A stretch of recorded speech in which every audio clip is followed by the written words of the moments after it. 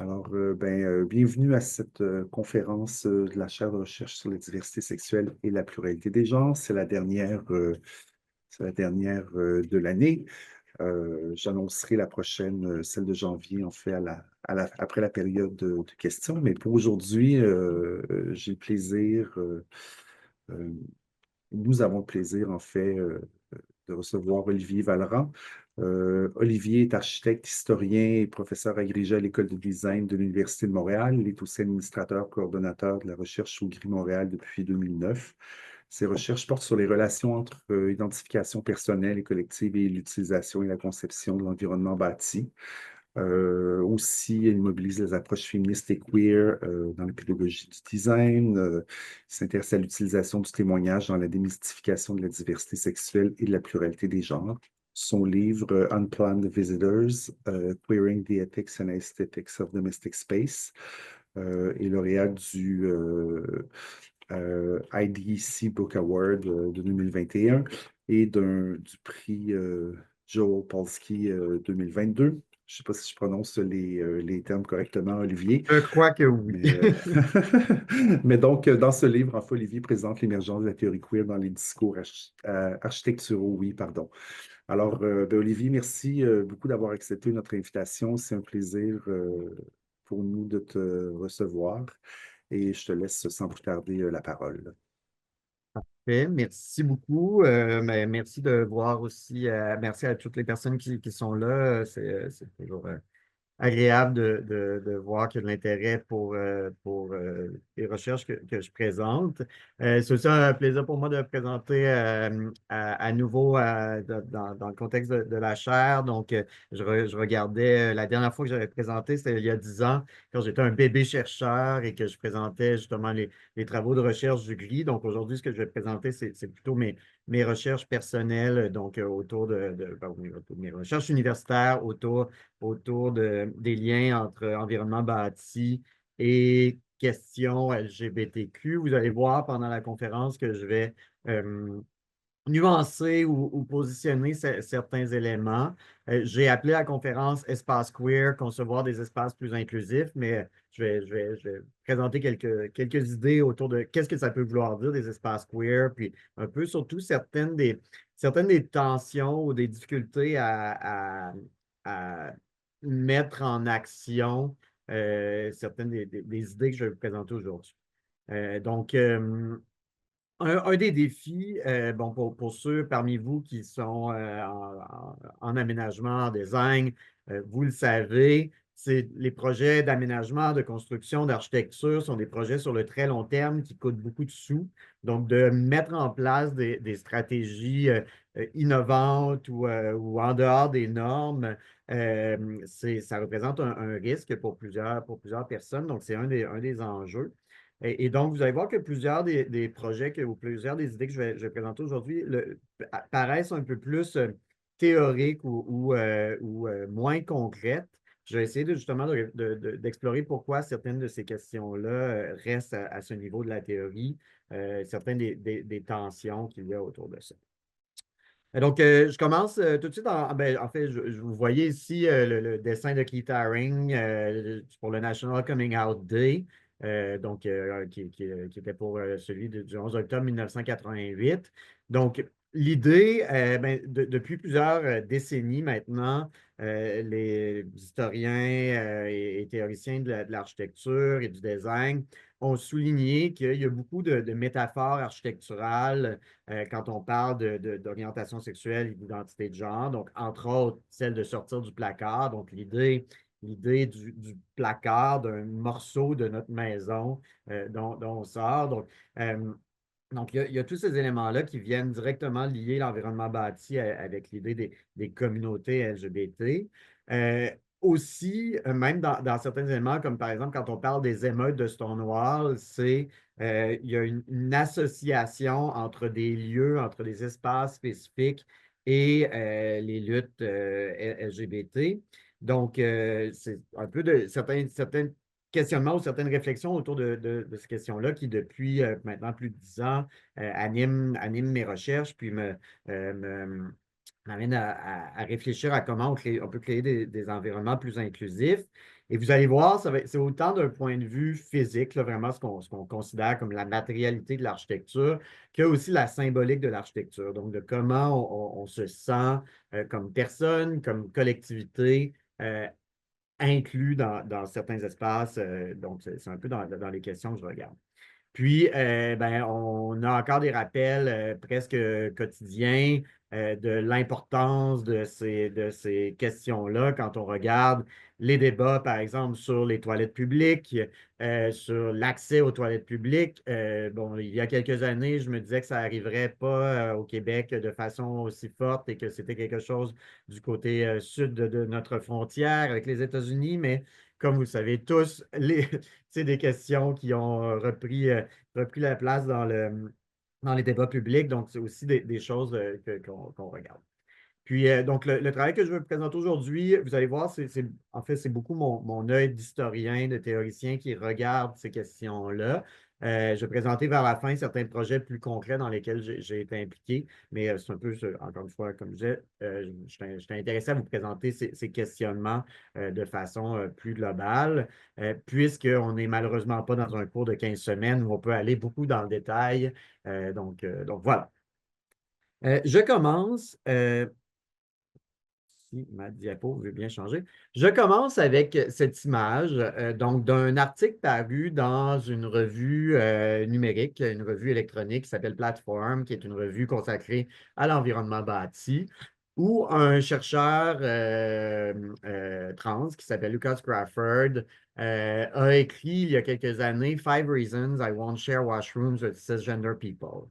Donc, on voit déjà le titre. Il y a cette idée un peu ironique de renverser le discours. On a d'habitude les personnes qui disent je ne veux pas partager une salle de toilette avec une personne trans. Lucas inverse cette chose-là et de façon assez parlante, le fait dans une revue consacrée à l'environnement bâti plutôt que dans toute autre forme de revue plus générale. Et je vais revenir sur cet article-là beaucoup plus tard, vers la fin de ma présentation, mais c'était pour montrer aussi que justement, euh, il y a des tensions, il y a des tensions dans le monde de l'architecture et du design sur ces questions. L'article que Lucas Crawford a publié, il ne souhaitait pas le publier dans cette revue-là au départ, il souhaitait le publier dans une revue qui était beaucoup plus connue dans le milieu universitaire. Et il y a eu un refus que l'article soit publié. Je vais vous en parler plus tard pourquoi, mais pour montrer que tout n'est pas beau, tout n'est pas rose, ces questions-là, même si on peut avoir l'impression que dans les milieux universitaires, il y a une plus grande ouverture, mais il y a quand même une certaine tension autour de ces questions. Donc, je remonte dans le temps, je remonte plusieurs décennies en arrière. Quand on parle de questions de lien entre l'environnement bâti et la question d'orientation sexuelle et d'identité de genre, en fait, ces réflexions-là s'appuient dans des réflexions plus anciennes, plus larges, entre autres portées par des penseuses féministes autour de la question de comment le genre point teinte certaines réflexions en architecture et en design. Donc, je vais commencer avec certaines idées là-dessus pour juste positionner ensuite les projets qu'on va regarder. Donc, beaucoup d'historiens vont faire remonter ce type de réflexion-là au travail d'Alexis de Tocqueville qui vient aux États-Unis, donc penseur français qui vient aux États-Unis au 19e siècle et qui observe que contrairement à la France, c'est merveilleux aux États-Unis, il y a une séparation des rôles genrés, les femmes sont à la maison, les hommes travaillent. C'est une bonne façon de bien diviser la population, de bien diviser les rôles de chacun. Et c'est une question sociale, là, donc c'est l'idée des sphères séparées, la sphère du domestique versus la sphère publique. Donc, c'est une question sociale, mais qui, en un certain sens, va teinter presque encore jusqu'à aujourd'hui la façon que l'architecture se voit, que les professions de l'architecture se voient, aussi de comment sont organisées certaines des décisions autour de qui a le droit de concevoir des espaces. Donc, on va avoir assez rapidement cette idée de euh, l'architecture publique et du domaine de la conception par des hommes versus l'intérieur qui va devenir ce qu'on va appeler le design d'intérieur, qui va être fortement associé avec les femmes. Donc, si on regarde en Amérique du Nord, encore aujourd'hui, dans le domaine du design d'intérieur, dans les écoles de design d'intérieur, c'est presque juste des femmes. Dans le domaine de l'architecture, il y a eu un peu une balance. Là. Maintenant, les écoles d'architecture sont un peu plus balancées, mais il y a encore une importance qui est donnée aux hommes. Donc ça vient quand même teinter les professions de façon générale. Historiquement, bon, je vous montre justement des professeurs du Bauhaus, une des écoles d'architecture les plus célèbres d'art et d'architecture du 20e siècle. Donc, en 1926, on a presque juste des hommes, une professeure, donc une enseignante. Euh, Quelques années plus tard, 1945, on a le lancement d'un programme de maison relativement abordable, moderniste, dans la revue Arts and Architecture en 1945. Et les personnes qui sont appelées par la revue à concevoir, vous le voyez, c'est tous des hommes. Dans les faits, il y a une femme qui travaille sur quelque chose, mais elle n'est pas présentée là. Donc, il y a vraiment une espèce c'est ça, de mainmise des hommes sur la conception de l'espace. Et assez rapidement, il y a des femmes qui vont se mettre à dire, ben, est-ce que d'avoir juste des hommes qui conçoivent, ça permet d'avoir des espaces qui sont vraiment représentatifs de la diversité des expériences, entre autres des expériences genrées qu'on peut avoir de l'architecture? Probablement pas. Comme je le disais tantôt, donc il y a en parallèle une série de femmes vers la fin du 19e siècle qui vont dire, OK, ben si c'est comme ça, si les hommes disent qu'ils ont tout le contrôle sur l'architecture publique, ben nous, on va faire notre petite place, puis vous nous dites qu'on doit s'occuper de l'intérieur, qu'on doit s'occuper de l'intérieur résidentiel.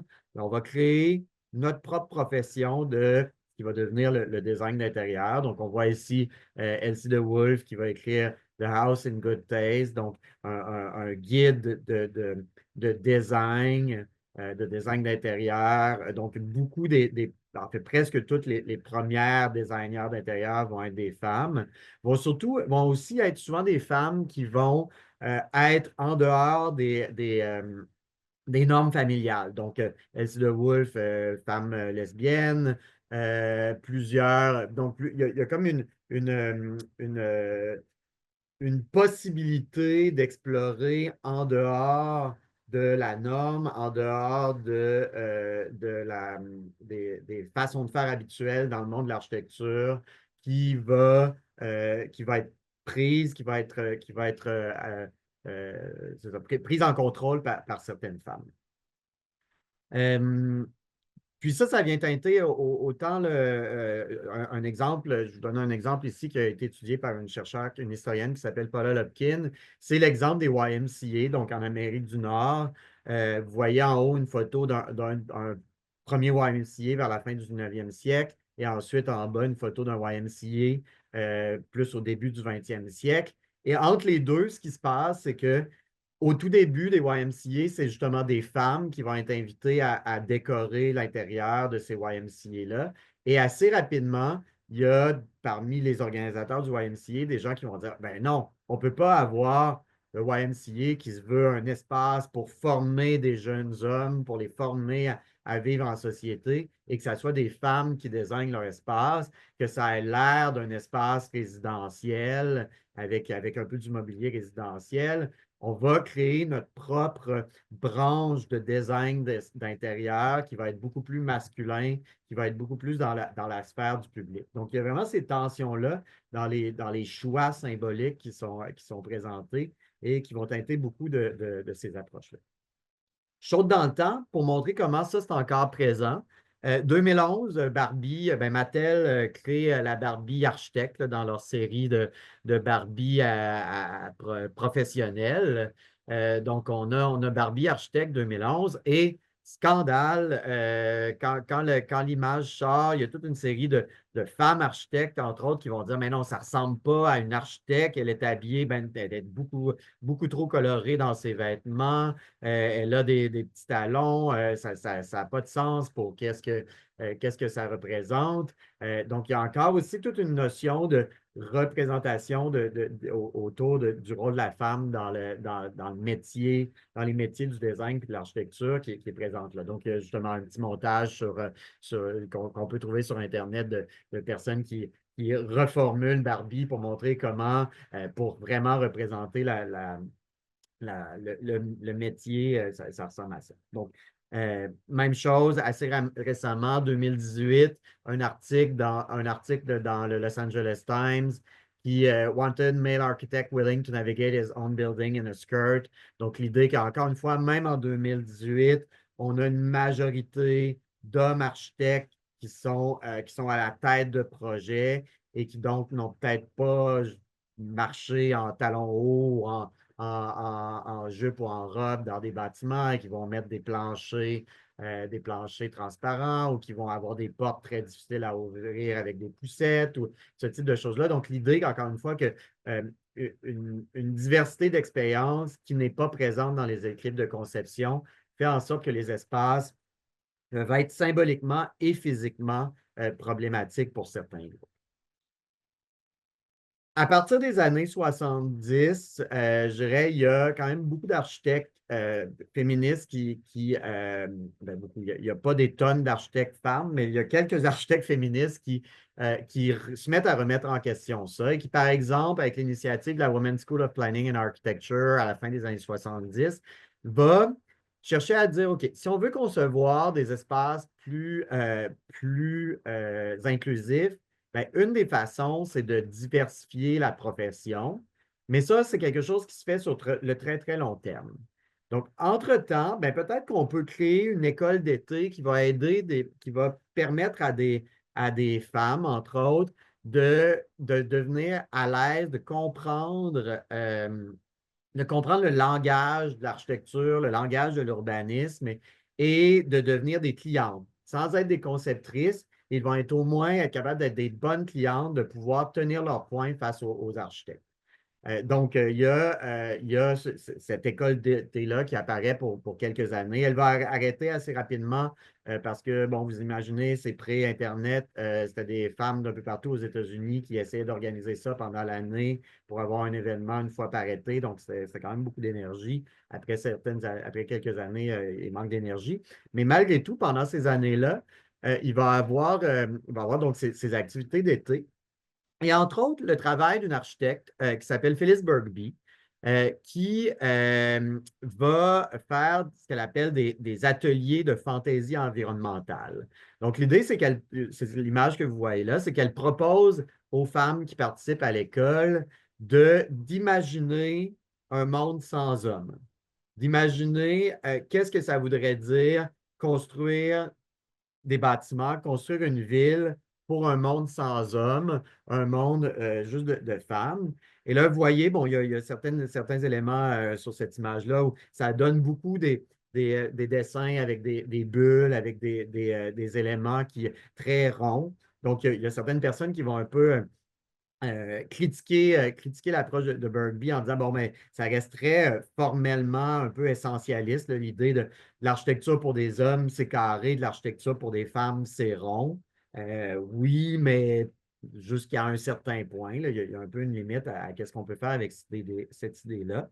Mais un des autres éléments, quand on regarde plus loin, c'est que beaucoup des dessins des femmes qui produisent ces dessins-là, au-delà de la forme, sont intéressés par la notion de réseau, donc de penser la ville, de penser les bâtiments beaucoup plus en réseau, de penser collaboration, collectivité, d'avoir par exemple des cuisines partagées, d'avoir ce type d'éléments qui, par la forme bâtie, permettent de repenser le travail domestique, entre autres. Donc, vous voyez un peu ces choses-là qui apparaissent et qui vont avoir un impact aussi sur l'idée d'espace queer dont je vais parler dans quelques minutes. Donc, cette idée d'espace qui s'éloignent de la norme. Et Phyllis Bergby, donc, qui organise ces ateliers pendant les écoles, les écoles d'été de la Women's School of Planning and Architecture, est aussi une des premières architectes euh, à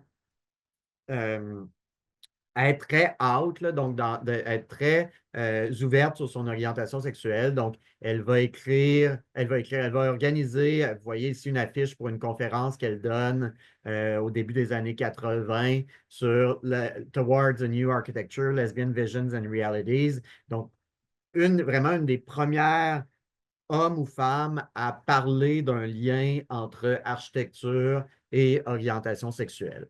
Et elle va être à peu près oubliée jusqu'à récemment. Son travail avait été un peu oublié, entre autres parce que ben, femmes lesbiennes, ces cercles sont des cercles de femmes lesbiennes, donc peu de moyens. Là. J'apprends rien ici à la personne, je pense, en termes d'expliquer que de façon générale, ben, pas de façon générale, mais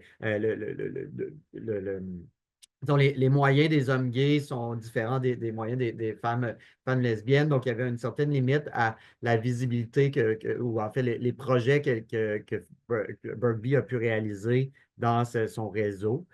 Mais récemment, il y a eu vraiment un retour et on a retrouvé son travail et démontré qu'elle avait été dans les premières à remettre en question ces idées-là et à les avancer. Donc, ça m'amène justement à cette idée d'espace queer, de questionnement sur, de façon plus générale, la question de l'orientation sexuelle, l'identité de genre et des liens avec l'environnement bâti. Donc, Bergby, dans les premières, à la fin des années 70, début des années 80. Je vais vous donner d'autres exemples dans quelques minutes. Mais je commence avec tout d'abord le mot queer parce que, bon, c'est ça, dans le monde de la recherche autour de ces questions en architecture et en aménagement, on va souvent parler d'espace queer, mais comme la plupart d'entre vous le savez, le mot queer lui-même est pas controversé, mais à tout le moins différentes interprétations, différentes façons de le comprendre entre l'activisme, entre la théorie queer, entre l'utilisation dans la culture populaire pour juste parler de toute personne non hétérosexuelle ou non cisgenre. Donc, de la même façon que le mot queer lui-même a un certain flou sur la compréhension qu'on peut en avoir, en termes d'espace queer, on a aussi différentes façons de percevoir ça. Donc, il y a une version plus historique qui est toute la recherche sur les espaces conçus par, la recherche historique sur les espaces conçus par ou des personnes LGBT. Donc, je vous montre ici quelques images de maisons qui ont été conçues par des architectes gays ou lesbiennes pour elles ou eux-mêmes ou pour d'autres personnes.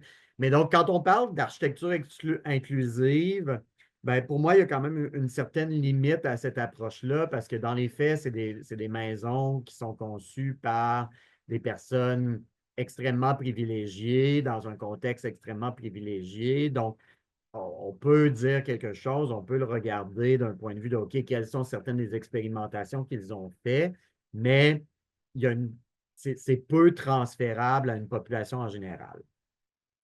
Ensuite, il y a comme une compréhension du mot, de l'idée d'espace queer, plus autant historique que théorique, autour des espaces associés avec la sexualité. Donc, espace de cruise, visibilité de la sexualité dans la ville, qui est très présente dans les discours géographiques sur les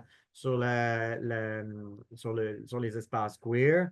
D'un point de vue architecture, aménagement, design, ben, ça va se matérialiser, par exemple, dans l'étude des bars, dans l'étude ben, des espaces où il y a de la sexualité. Donc là, il y a déjà un intérêt de mon côté un peu plus grand en termes d'idées d'inclusion, parce que quand on parle de bars, on parle de visibilité dans la ville, de positionnement dans la ville, qu'est-ce qui est permis, qu'est-ce qui n'est pas permis, est-ce que c'est permis d'un point de vue, est-ce que c'est la loi qui permet que ça soit permis ou c'est certains aménagements?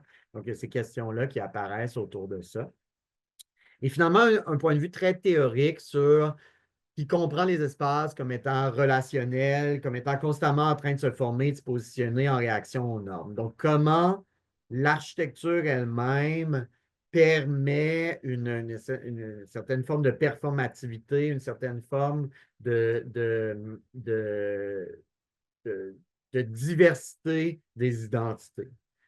Donc là, je regarde, je vous montre un projet plus artistique, là, donc une installation qui a été faite par un architecte, Andrés Raquet, qui regardait l'idée de Grindr comme application, comment ça reformait la géographie urbaine, mais aussi comment, à une échelle internationale, il y avait certains éléments qui remettaient en question le rôle des architectes dans la formation ou la conception des environnements bâtis. Donc, on retourne un petit peu dans le temps. J'ai regardé plusieurs projets, comme le disait Martin tantôt, dans ma thèse de doctorat, puis ensuite mon livre sur comment cette théorie-là s'est matérialisée. Par exemple, par une exposition en 1994 à New York. Donc, on est 25 ans après les émeutes de Stonewall et il y a une série de commissaires qui disent, OK, c'est quoi un espace queer? What is queer space? Et il invite plusieurs personnes à y penser. Donc, ça se matérialise par une exposition où vous voyez sur cette image à droite, on voit des espèces de collages où on a des couples homosexuels qui s'embrassent dans des espaces publics, dont l'idée de l'espace public jusqu'à maintenant n'est pas homosexuel ou n'est pas LGBT. Et là, tout à coup, on essaie de souligner le fait que on a un besoin de visibilité. Donc, on est très dans l'approche un peu historique là, de visibiliser ces populations. Mais il y a aussi des projets qui sont un peu plus, qui explorent un peu plus la question de fondamentalement, est-ce que les espaces sont des espaces sécuritaires d'un point de vue qu'on les approche en design et en architecture. Donc, vous voyez ici, par exemple, un projet de Jürgen Meyer, donc housewarming en français, pendaison de crémaillère, mais en anglais, il y a l'idée de housewarming, donc de réchauffer une maison. Et ce que Jürgen Meyer propose, c'est, vous voyez, ce petit objet qui est recouvert de peinture thermosensible. Donc, à droite, vous voyez la trace des doigts sur l'objet. Et donc, on est très littéral, là. On a l'idée de la maison qui est perçue constamment comme étant à part, comme étant un espace sécuritaire en dehors, protégé de l'espace public. Mais que là, Jürgen Meyer nous montre vraiment très littéralement, ben non, il y a des traces, il y a des interactions entre l'intérieur et l'extérieur qui se passent, puis de dire que la maison est quelque chose de sécuritaire, puis que les architectes répètent sans cesse que on a conçu un petit cocon sécuritaire, bien, ça ne reflète pas la vraie expérience de nombreuses personnes et que donc, il faut garder ça en tête quand on conçoit. Et euh, Jürgen Meyer va continuer à développer cette idée dans plusieurs projets. Donc, pendant une quinzaine d'années, en fait, même encore aujourd'hui, il continue à explorer ça avec l'idée de la peinture thermosensible. Mais vous voyez aussi ici des images qui rappellent en fait, les motifs qu'on a quand on reçoit une lettre de la banque. À l'intérieur de l'enveloppe, il y a toujours, quand on n'est pas en grève de la poste, il y a toujours des motifs qui font en sorte que quand on regarde l'enveloppe à la lumière, on n'est pas capable de voir les informations confidentielles à l'intérieur. Donc, meilleur mélange cet élément-là avec la peinture thermosensible pour remettre en question vraiment, encore une fois, l'idée de sécurité et entre autres de sécurité des personnes queer dans les environnements résidentiels. En se basant sur un peu son expérience même, donc Meyer est allemand, n'a pas connu la Deuxième Guerre mondiale, mais a grandi un peu après la Deuxième Guerre, un peu après la Deuxième Guerre mondiale, ou une génération après la Deuxième Guerre mondiale, et était constamment en relation avec des hommes qui avaient été envoyés dans des camps pendant la Deuxième Guerre mondiale. Et cette idée de, même si tu as l'impression que tu peux te cacher chez toi, tu peux pas, c'est impossible vraiment d'être toujours sûr qu'on va pouvoir se cacher. Donc, c'est cette idée-là qui reste beaucoup dans les projets de Meyer. Et moi, ça m'intriguait beaucoup de voir, OK, qu'est-ce que, à part ces installations artistiques-là, qu'est-ce que Meyer a fait avec ça? À quoi ça lui a servi pour penser à des espaces plus inclusifs? Donc, je vous montre un projet qui n'est pas à première vue un espace queer, qui est une grosse installation au centre-ville de Séville, donc euh, euh, construction en bois sur une grande place publique à Séville que Meyer gagne suite à un concours et qui est très, très connu dans le monde de l'architecture, entre autres parce que ça a été complexe à construire, une des plus grosses structures en bois, toute une notion de travail numérique. Mais pour moi, ce qui était intéressant, ce qui était très fort avec ce projet-là, c'est que euh, les réflexions, l'angle, le point d'entrée qu'il y avait meilleur de partir de l'idée de OK, c'est quoi un espace queer? C'est quoi un espace pour des personnes LGBT? C'est quoi les notions dont on doit tenir compte quand on pense à ces espaces-là? Comment ça venait teinter la conception du projet? Puis, ce que Meyer, donc en entrevue, m'a dit, c'est qu'une des choses qui était le plus fier, c'est que dès que le projet a été terminé, immédiatement, il y a eu des manifestations qui se sont appropriées cet espace-là comme étant un espace de politique, un espace de réflexion sur les notions de privé public, de droit à la citoyenneté. Donc, pour lui, c'était un grand succès d'avoir dit, OK, j'ai regardé, ça fait 20 ans que je me questionne sur les liens ou comment l'orientation sexuelle et l'identité de genre peuvent être un point d'entrée dans la réflexion sur l'architecture pour justement parler d'une architecture qui est plus politique. Et là, quand je me mets à construire des vrais espaces, des vrais bâtiments, bien, cette idée-là de politique, j'ai réussi à la matérialiser dans le projet. Donc, un exemple de ça. Autre exemple que je vous présente un peu de ces réflexions là-dessus, c'est le travail de Andrés Raquet. Donc, je vous ai montré tantôt un projet sur Grindr. Un autre projet donc, du même bureau, c'est IKEA de Disobedience. Donc, Andrés Raquet, qui est un architecte espagnol, avec son Office for Political Innovation, part de l'idée de, OK, IKEA, dans leur catalogue, donc IKEA qui est omniprésent quand on parle de design, quand on parle d'environnement bâti, donc tout le monde a des morceaux IKEA chez eux. C'est comme c'est supposément représenter l'ensemble n'importe qui peut acheter chez IKEA. Mais quand on regarde les catalogues IKEA, en fait, ce qu'Andrés Raquet identifie, c'est que ça représente une forme très normative de famille, de personnes qui peuvent avoir accès aux produits ou qui sont représentés comme étant ceux pour qui IKEA travaille. Donc, vous voyez à droite un extrait du manifeste qui est produit par le bureau d'Andrés Raquet, où ils disent que 98 des gens dans les catalogues IKEA sont jeunes, 92 sont blonds. Donc, il y a cette idée on présente le design comme étant pour une certaine forme de famille, une certaine forme de personne. Donc, ce que Craquet et son équipe vont faire, c'est qu'ils vont aller interviewer une série de personnes à Madrid et à New York dans leur environnement domestique, chez eux, pour voir comment ils intègrent du politique dans leur maison, dans les espaces qu'ils habitent, comment certaines personnes vont avoir une bibliothèque communautaire, comment certaines personnes vont ouvrir un commerce dans leur maison. Donc, comment dans les faits, il n'y a pas cette séparation-là et qu'encore une fois, comme architecte, comme designer, si on se pense dans l'idée qu'il y a une séparation complète entre ces deux mondes-là, ben, ça ne permet pas toute la flexibilité d'expérience qu'il y a autour de ces environnements. Ce que je trouve intéressant puis c'est là que je vais commencer à parler de tension, c'est que donc le projet de Andrés Raquet a été acheté par le Museum of Modern Art à New York.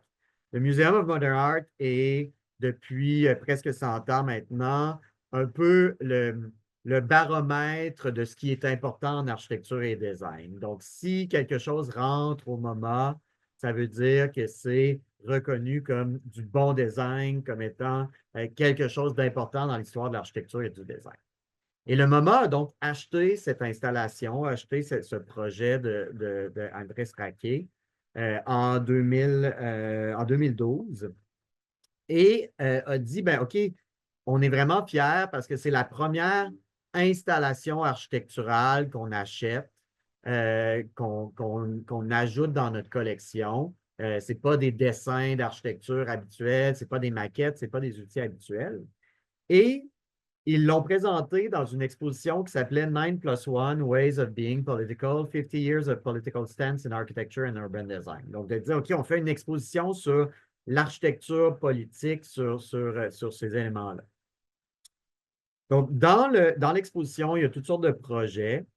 Il y a un projet qui parle de genre, d'identité de genre, d'orientation sexuelle. C'est le projet d'Andrés Raquet. Et si vous remarquez, le titre de l'exposition, c'est 9+1, donc 9+1.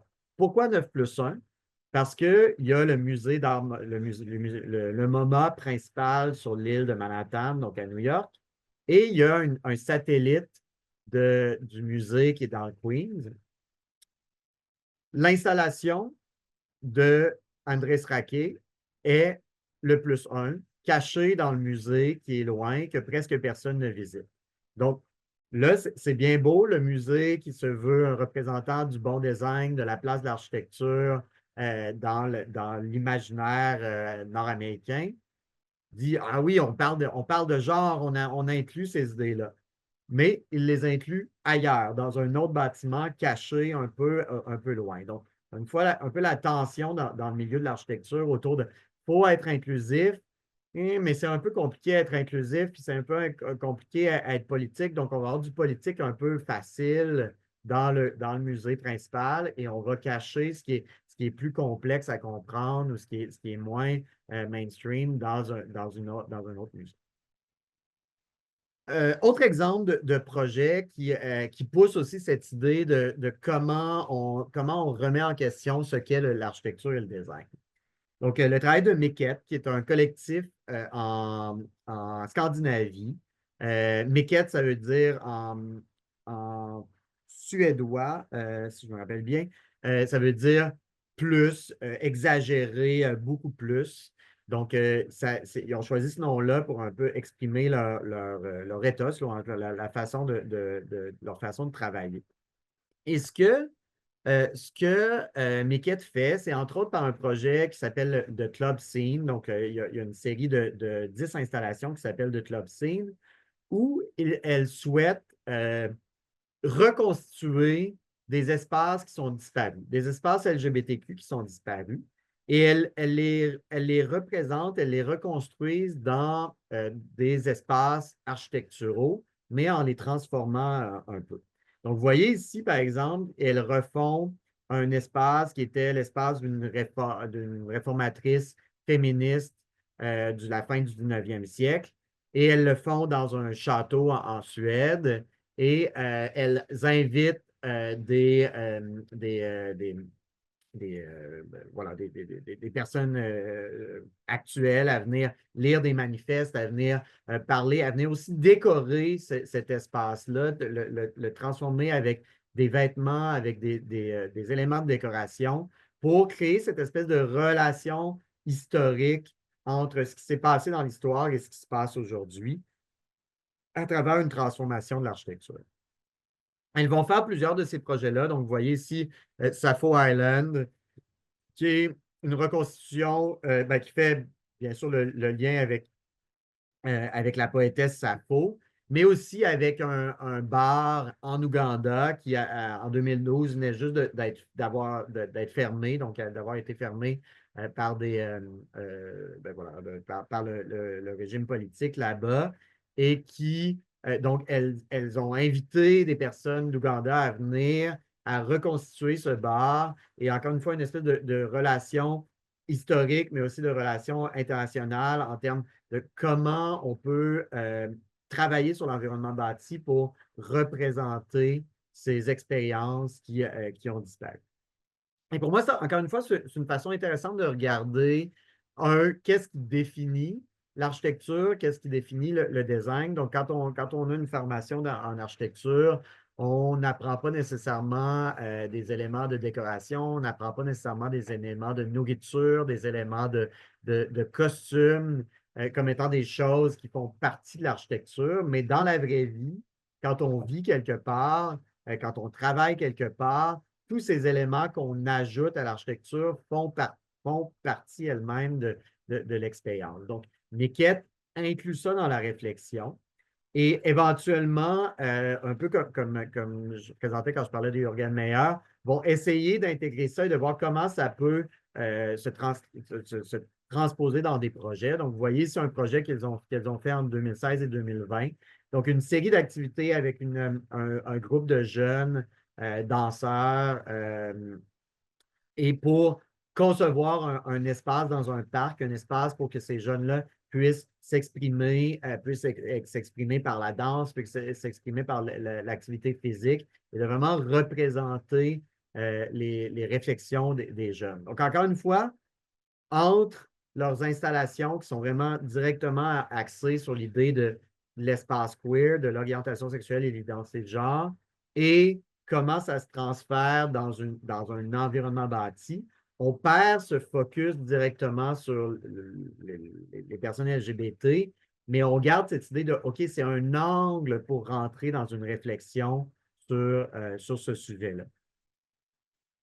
Je continue avec des projets justement où là, on quitte les projets plus théoriques et on regarde comment certains projets ont cherché à intégrer ces idées-là.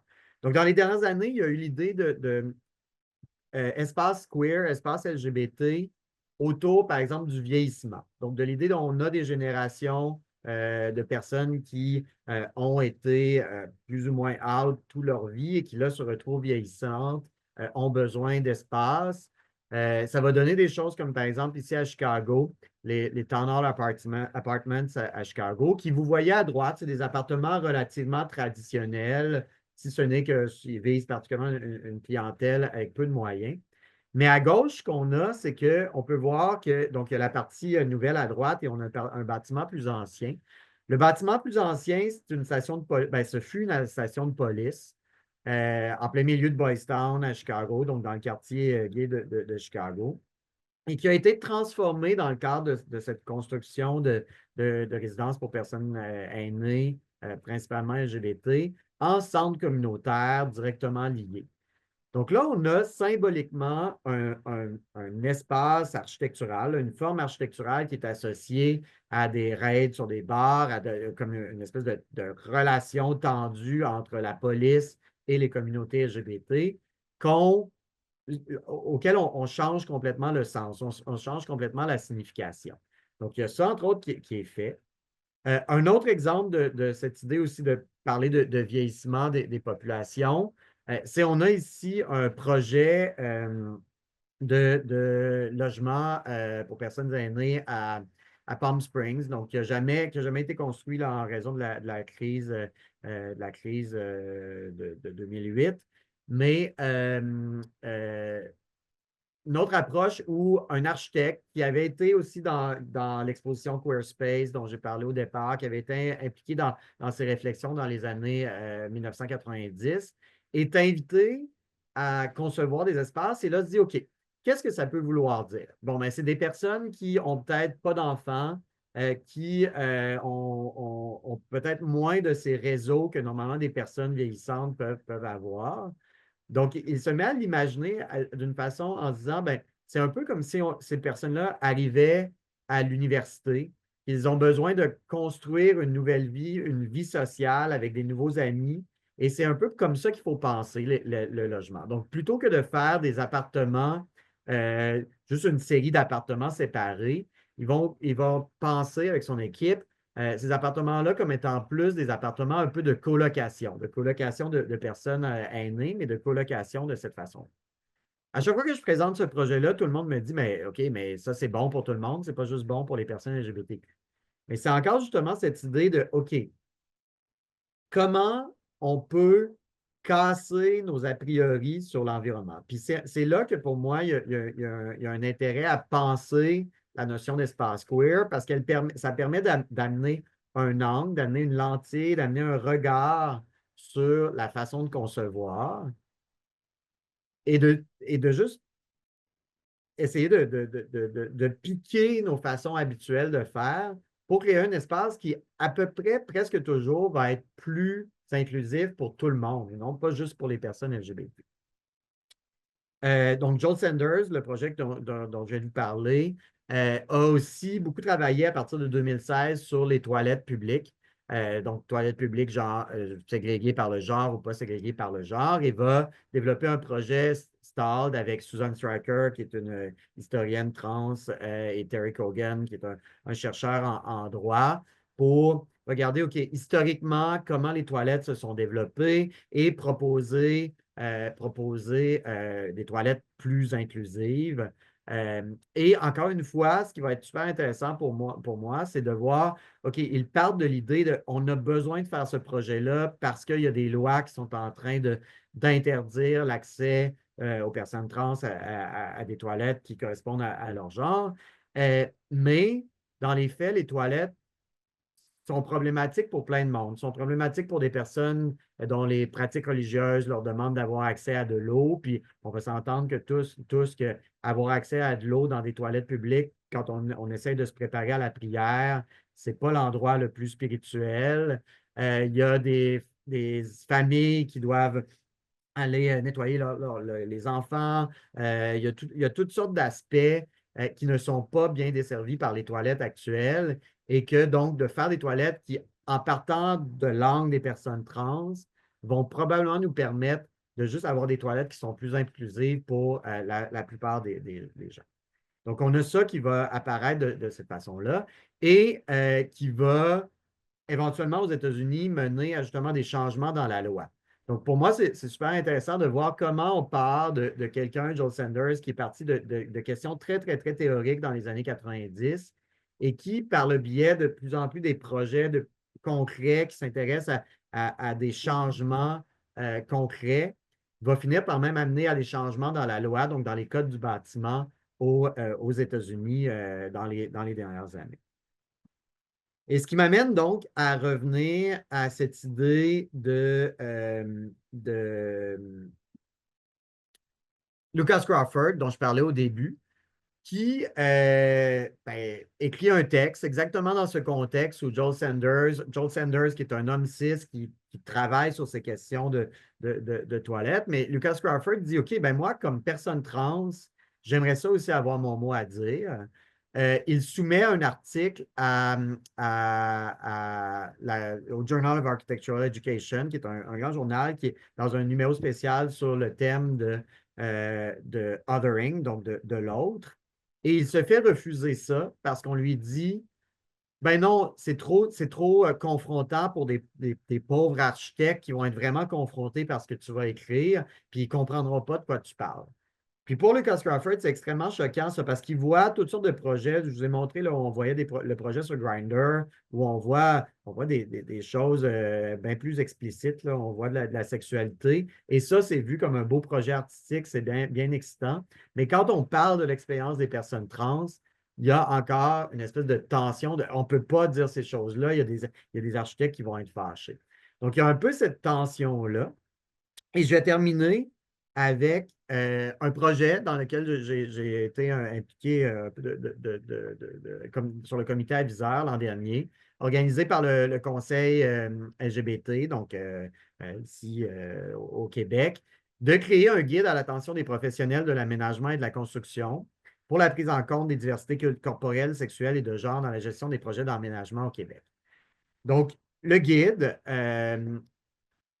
dans les choses qui ont été justement à regarder, c'est ces tensions entre les lois, les pratiques communautaires, ce qui est permis, ce qui n'est pas permis, puis comment, même si on veut créer des environnements plus inclusifs, parfois on est bloqué. Et donc, il y a toute une série d'approches qui vont être développées. Mais ça, pourquoi je vous en parle, c'est parce que, bon, le guide, je pense, est intéressant. Puis c'est pas parce que j'étais sur le comité aviseur, mais l'équipe qui a travaillé là-dessus a fait des réflexions très intéressantes.